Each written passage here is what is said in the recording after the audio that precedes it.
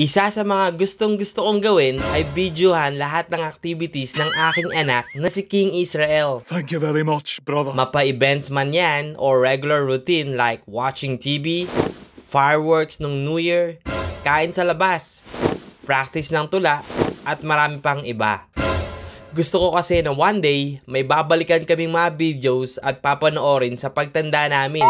One of these activities is hatid at sunduin si Israel sa school. Malapit lang naman yung distansya ng bahay sa school. Mga 5 minutes lang naman ang layo. Oo, 5 minutes and 1 hour. Parang ako pag naliligo, 5 minutes. Ikaw yun pala. Kung mapapansin mo, medyo may kabilisan yung pag-scooter niya habang ako sumasabay sa kanya. Tumatakbo habang nagbibideo. Grabe effort, ano? Ikaw ba? May effort ka din ba sa anak mo? O lagi kang nagbibigay ng effort sa taong hindi ka naman mahal? Grabe naman tong experience na to. Alam mo kung anong oras na? 12:30. Analyzing now. Ang tanghali. Hatid ko siya sa school. Along the way, nakita niya yung isa sa mga classmate niya. Oh, smile kayo dalawa, smile. Hala, naiwan na ako. Ang bilis niya eh.